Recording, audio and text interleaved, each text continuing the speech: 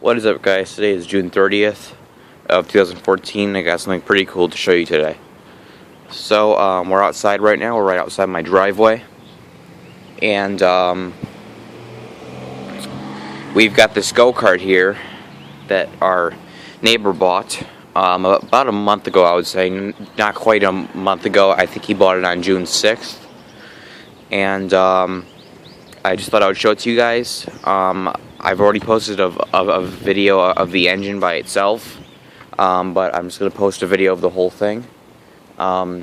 We got the engine back on it, so I'm just going to go through a bit of a story here and tell you guys a bit about it. So, again, he bought this go-kart on the 6th. He was trying to find a go-kart that he could bring up to his I think his lake house in Minnesota or something. And so he went on Craigslist and he found this go-kart. It's a Yerf dog, two-seater go-kart. It's obviously red. It's got a 6.5 horsepower Tecumseh Power Sport engine. And it has I believe that's called a Comet torque converter. Well, yeah, see, you can see it says Comet right there. It's a Comet torque converter. This thing is pretty cool. When he got it on the 6th, he brought it over to our house on a trailer, and he had me test drive it. And during the time I was test driving it, I could notice that there were quite a few problems with it. For one thing, the gas pedal didn't work at all whatsoever, and the engine was actually idling a bit higher than it was supposed to be, so actually the cart was actually like moving at about an average speed by itself without me doing a single thing. And because the engine was like idling at a higher speed than it was supposed to, and the go-kart was going by itself, the brake pedal did barely anything, so the brake pedal barely worked at all. It also like rattled and shaked a lot for some reason. I could tell there was a problem there. And so after I got back from the test drive, I actually had to use because the brakes barely worked, I actually had to use the kill switch just to stop it. Because it just wouldn't stop by itself, and I was starting to get a bit nervous while I was riding it. So what happened was we could see after I got back, they inspected it a bit more, and that's when they started to see the problems on it. For the first thing, on the front end, this wheel here on the left wheel here on the front, it was like really bent out of place. And a second thing is this: he actually had to go ahead and buy a brand new control arm here, because this part was scraping up against the wheel, and as you guys can see, it's still pretty close. But we did get that resolved. So he had to buy a brand new control arm for it. And some other problems on the back of the axle was I believe the axle was actually bent. And so was this. I believe this whole thing here is called the carriage. The carriage had some problems too. And the axle, as I told you guys, it was bent. And what the guy actually did was he actually welded the old sprocket onto the axle. You guys can see the axle there and the welds. He welded this sprocket onto the axle for some reason. Yeah, here's a part of the old axle. So, not a very smart move, but so he bought a new axle, new bearings, new carriage. The suspension's the same. We kept the brakes the same, even though the brakes are starting to wear out too. We got those going just fine for now. And we also, as I told you guys, he replaced the front left control arm, so you guys can see a difference there in the paint. And he also, like I told you guys, he bought a new carriage, so this has brand new paint on it too. And the engine, what we had to do, my dad was the one who did all the engine work here. He actually had to replace the carburetor on this Tecumseh engine. Oh, I've got my flash on. I didn't even know that. Probably don't need that, but he did have to replace the carburetor because the old one was terribly gummed up, and he tried to clean it, but even after he put it back on, it just still didn't work right. He also had to replace the spark plug, and this thing still like barely runs. I mean, it's just an old, not the best, Tecumseh, I would say, is definitely not the best out there. Oh, that's weird. I didn't know that the buses were like running during the summer. That's strange.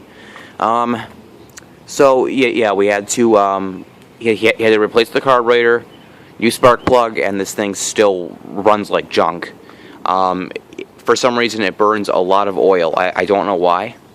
In a few minutes here, I will try to start it for you guys on camera. We'll just see if it will start. Currently, he's got the air cleaner off because that's pretty much like the only way you can start it. I'm pretty sure he's got to spray like starter fluid into there, and that's like the only way we can get it to start. If it's been sitting for a while, I'm pretty sure. Go ahead and sit in the front here, show you guys how it looks.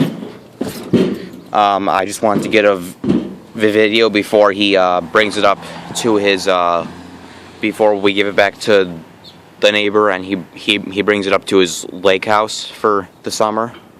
So this is the front of it.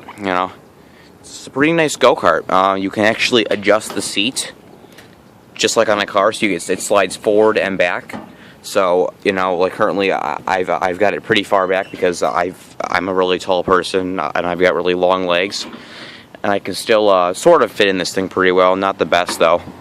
You got the brake pedal. You got the gas. You got the kill switch. The gas and the kill switch are not yet hooked up. We plan to do that this afternoon. After my dad gets back from work. It does have seat belts that work. It's also got these cool foam like racing stripes on the side. That's pretty cool.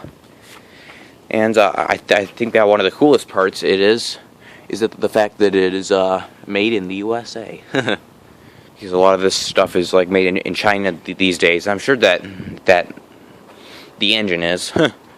So I don't know. We haven't put on the chain yet. That's something else we're planning to do this afternoon. This has kind of been a project that we've been working on, that both the neighbor and my dad have been working on this past few weeks. So far, they probably have about, I'm guessing, $500 into this go-kart. Jason and my dad have spent a lot of money on this go-kart. What we still have to do this afternoon is we do have to tighten down these two front bolts on the engine. We have to connect the kill switch on the front there. We have to connect the gas pedal, and we have to put it on the chain. As you guys can see, we've already got the belt on. We have to connect the chain still to the torque converter, and to the torque converter. And after that, this thing we have to put on a few more parts, but we actually have to secure this wheel on. We have to get a keyway for it so we can secure it on. The front end's done. That's all fixed up. So I think we're going to go ahead and try to start this on camera for you guys. It probably will not start. I do not want to try spraying starting fluid in there. I just don't know how to do it properly. But I'm going to see if it'll start on camera for you guys here, just for a few minutes. I'm not going to be running it for too long. Okay, so that way is choked, that one is run. Let's try choking it first. The go-kart has got this little hook here, so you can pull the string out, and so you can just start it from here. It's easier than having to pull it all the way from there and possibly banging your hand into the frame. So we'll give this a try, see how it goes. Well, wow, it almost started. Wow.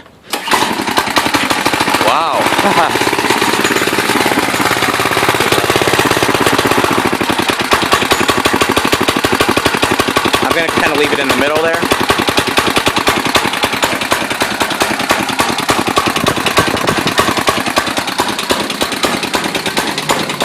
Safety minor C2 right there.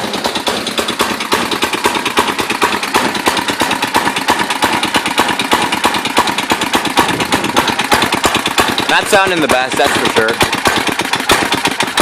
Come on, you can do this. Yeah, this thing has definitely got some problems. I'm not sure like how to keep it going like my dad can. I'm pretty sure that's the gas right there. Yeah, I'll have to try that. I'll see if that'll keep it going. I'm gonna try starting it here again without the choke on. See if that works. Not quite. Let's try it with the choke on again.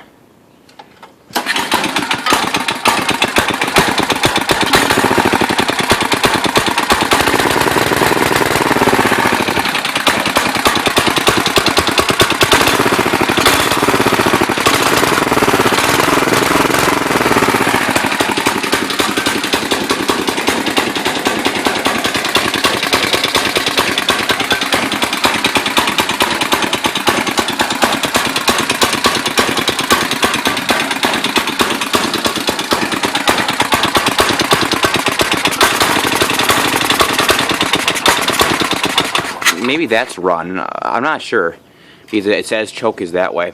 Well, anyway, I'm not gonna like torture this thing anymore because they're already gonna, we've. I talked to my dad, and he said this engine probably doesn't have too many hours left on it. This engine has definitely seen some better days, and it could probably use a replacement pretty soon. We're telling Jason that he should probably get like one of those Predator engines from like Harbor Freight Tools. I'll show you guys these are pretty cool motors here. They're very cheap. They're really quiet. These are Predator engines. We use the 212 cc's. We have these installed on this go-kart, and then we've also got one installed on our go-kart in the back. And the black go-kart, and they're awesome engines. They start like right up here. I'll show you guys here. They're really awesome engines.